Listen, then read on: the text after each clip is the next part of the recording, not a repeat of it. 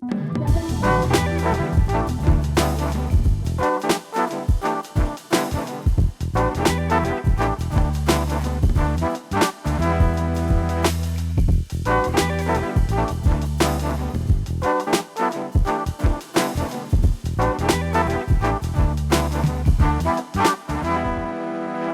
Carole Taylor, and on this edition of Journal, we take a close look at some of the recently announced provincial housing initiatives and see how they work, or maybe don't work, in the community.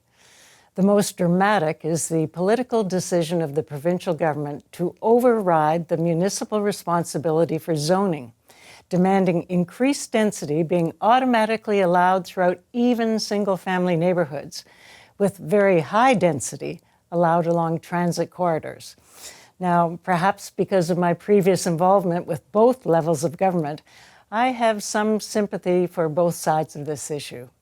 At the municipal level, I understand the desire for mayors and councillors to want to control their own zoning. After all, they are closer to their constituents and are usually quite sensitive to the differing needs of various neighbourhoods. On the other hand, the provincial government is a big funder of rapid transit, and for as long as I can remember, they've always asked for and been vaguely promised higher density near transit stops, since that increased population feeds the system. Rarely and slowly did that ever happen, so they're frustrated. In an attempt to address the pressing issue of affordable housing, the provincial government also promised to speed up the arduous permitting system seen in some urban centres. So, two sides of the same coin. Michael Geller has seen it all in his 45 years as a Vancouver architect, planner, real estate consultant, and developer. Now, sometimes we agree on approaches, and sometimes we don't. But Michael is never afraid to take on sticky issues. I'm interested to know his thoughts on these new housing initiatives. Back in a moment with Michael. Michael Geller joins us for this conversation.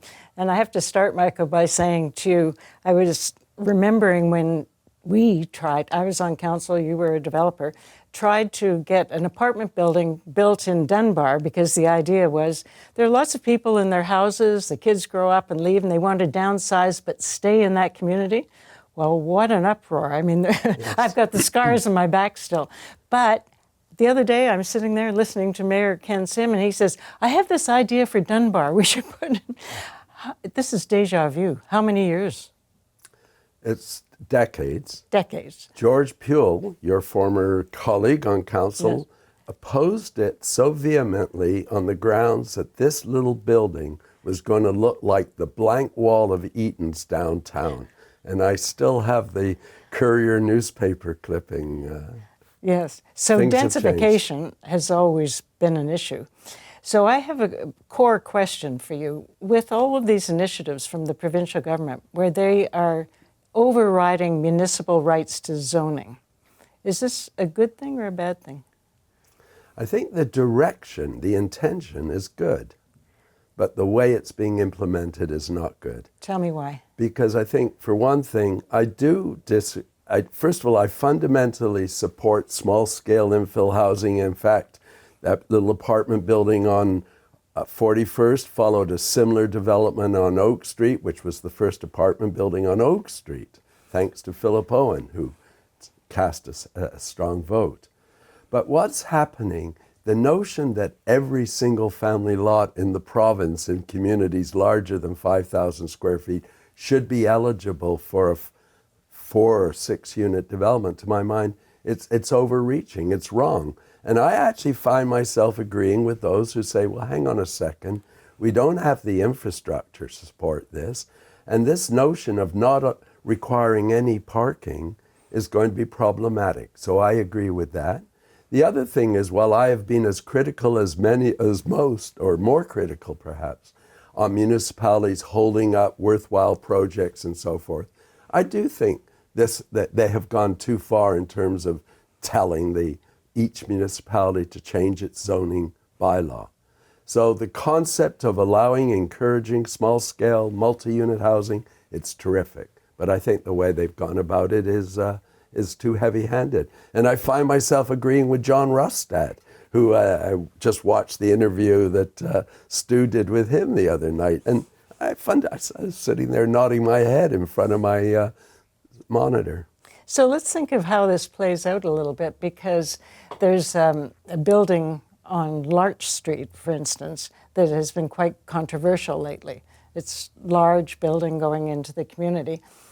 The bait or the temptation was, oh, we'll put in rental units. But you've had a good look at how that's played out. Yes, actually, it's interesting that you would know that. It was that we were going to have 20% affordable rental units. And by chance, I decided to take a look at the plans, and the exterior of the building looks fine. But the affordable rental units are virtually unlivable, in my opinion. They're just too small. Now, admittedly, I come at this with a background in social housing with CMHC, and I do believe there are certain minimum standards that need to be maintained. Interestingly, I think you could have smaller standards for people who have choice. So in other words, a young individual who wants to choose to live in a bachelor apartment, they can perhaps live in 320 square feet without any difficulty. But somebody who has no choice and is going to be in that unit for the rest of their life, perhaps, then you have to look very carefully at the size and the livability of that unit. And that is a concern. I believe, unfortunately, the politicians are being seduced to approve buildings that should not be approved just to get the 20% below market rental units. And in that particular building, it's only 6 units. Yeah. But there were a lot of subsidies from government involved. So are taxpayers being fooled with all this? Absolutely. And ironically, Tom Davidoff, who's somebody I respect, we don't always agree, but on this we do agree, that if you really look at a cost-benefit analysis, the amount of benefit that is given to the developers from the various levels of government, it's simply not worth it. Have you got those examples in your head about Larch?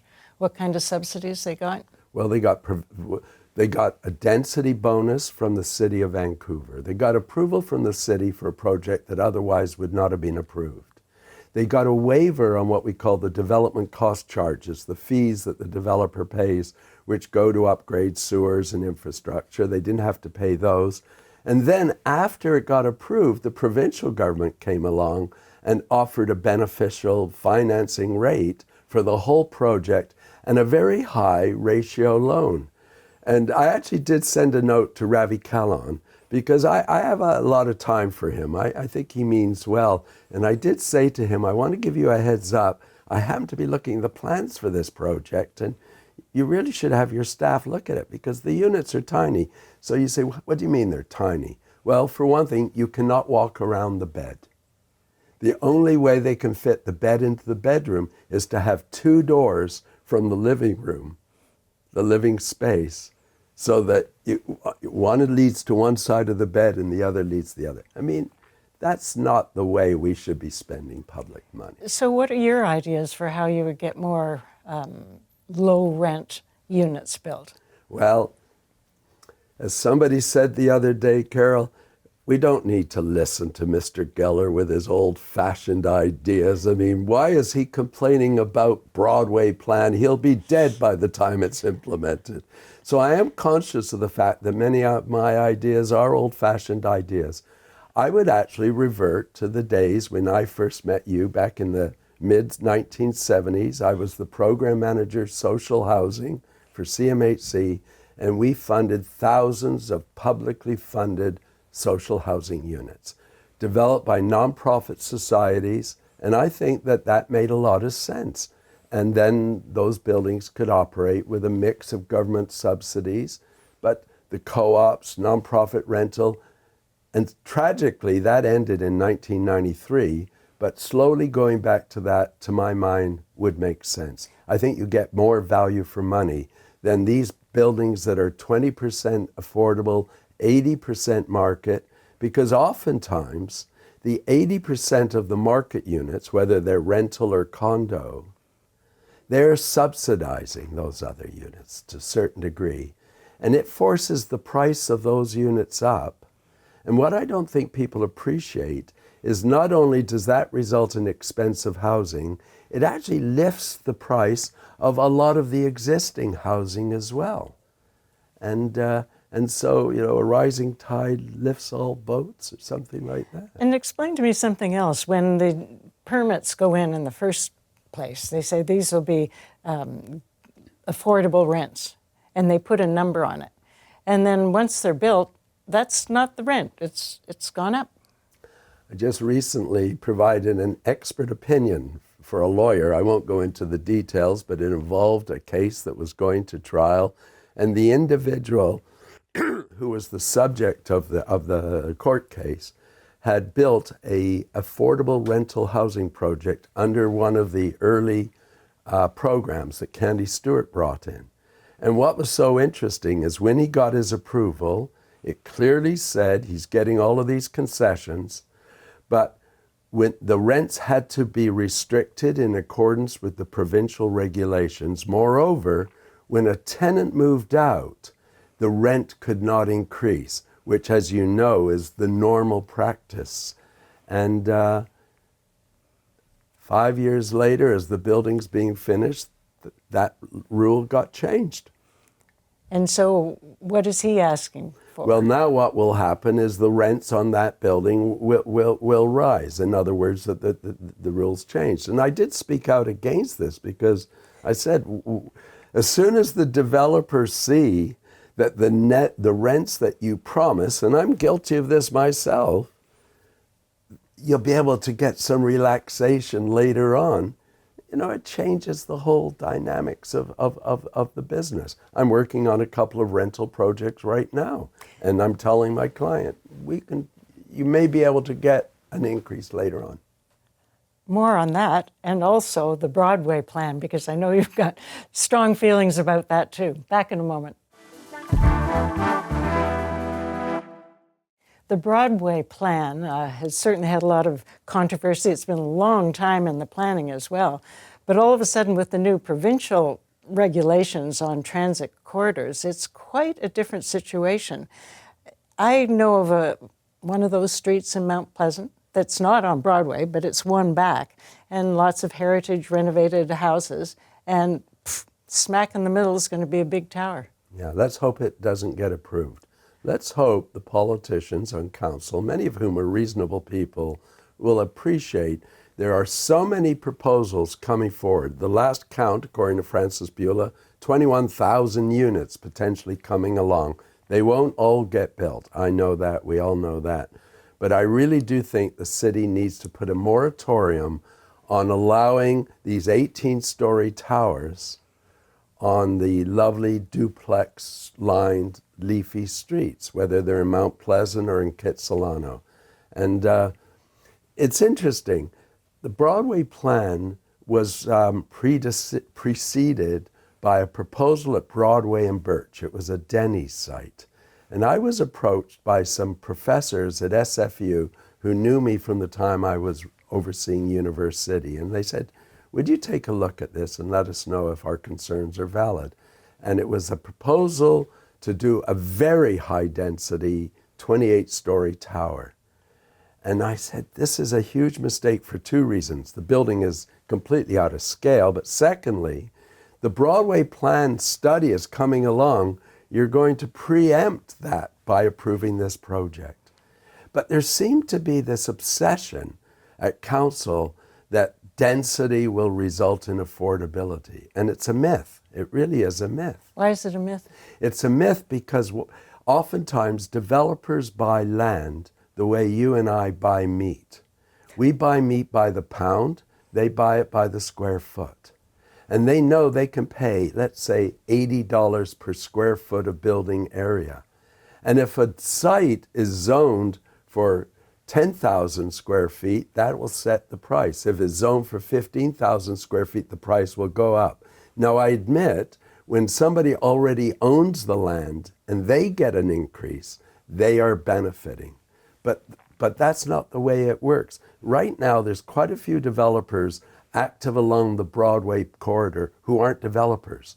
All they are trying to do is get approvals for a building that's 80% market rental, 20% below rental, get the approvals, and then flip that package to some other developer who will pay them a premium because they got an 18-story building at a 6.5 FSR. And what does 6.5 FSR means?